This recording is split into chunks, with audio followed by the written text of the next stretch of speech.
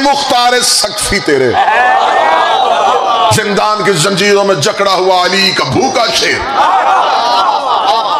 اپنی کڑیوں کی چھن چھن سے مودت علی کے قصیدے پڑھنے والا۔ ابن زیاد نے تخت پہ بیٹھ کے کہا میں مختار کے لیے موت کا حکم دیتا ہوں۔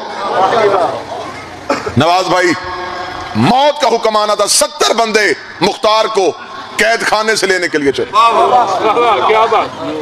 70 دروازے پہ آ کے کھڑے ہو گئے، کسی کی جرت نہیں ہو رہی، وہ زمین پہ جا کے مختار کو لے کے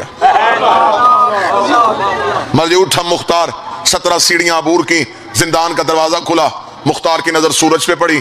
مختار نے ایک دفعہ سپاہی دیکھے، سپاہیوں کے ہاتھوں میں ننگی تلواریں دیکھیں، مختار نہ تلواروں سے ڈرا نہ سپاہیوں سے خوف زدہ ہوا۔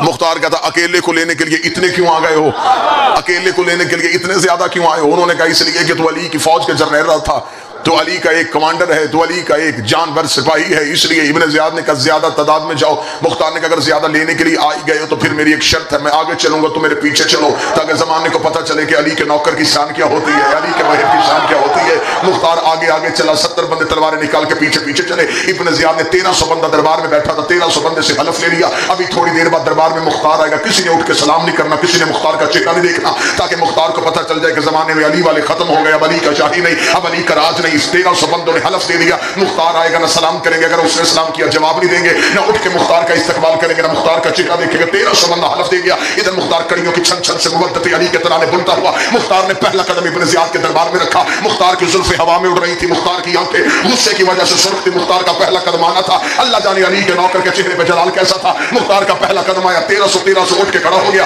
دونوں ہاتھ ماتھے میں رکھتا، مختار ہمارا سلام، مختار ہمارا سلام، مختار ہمارا سلام، مختار ہمارا سلام۔ مختار نے کسی کے سلام کا جواب نہیں دیا، سیدھے ابن زیاد کے تخت کے سامنے گیا، تخت کو ٹھوکر مار کے کہا اٹھا بغیر میں علی کی تصویر مسرور تھا، تو نے میری نماز کیوں خراب کی ہے؟ جتنا کہنا تھا اس نے کہا مختار میں تیرے لیے موت کا حکم دیتا ہوں، موت کا نام آنا تھا۔ مختار نے ایک دفعہ ابن زیاد کا چہرہ دیکھا، مختار نے ناد علی پڑھ کے انگڑائی لی، پورے جسم کے زیور ٹوٹ کے زمین پہ گرے۔ مختار نے بڑھ کے 4 چکر دربار کے لگائے، پورا دربار خالی ہو گیا۔ مختار نے ایک سپاہی سے تلوار کو کھینچا، تخت کے اوپر گیا، تخت پہ جا کے ابن زیاد کو پاؤں کی ٹھوکر کے نیچے رکھا۔ مختار نے ابن زیاد کے سینے پہ اپنا قدم رکھا، اپنی تلوار کی نوک کو مختار نے ابن زیاد کی شارک پہ رکھا، تو میرے لیے موت کا حکم دیتا ہے؟ میں ابھی بچہ تھا، کل کی خبریں دینے والے علی نے، نبوت کے وارث علی نے، شریعت کے وارث علی نے، کعبے کے مالک علی نے، روح کے استاد علی نے، جبریل کے ٹیچر علی نے میرے گھنگریالے بالوں کو بوسہ دے کے کہا تھا ایک وقت آئے گا تو تخت پہ حکومت کر کے 1,46,000 دشمن علی مارے گا۔ میں نے تیرے جیسا کتا ایک نہیں مارا، مجھے موت کیسے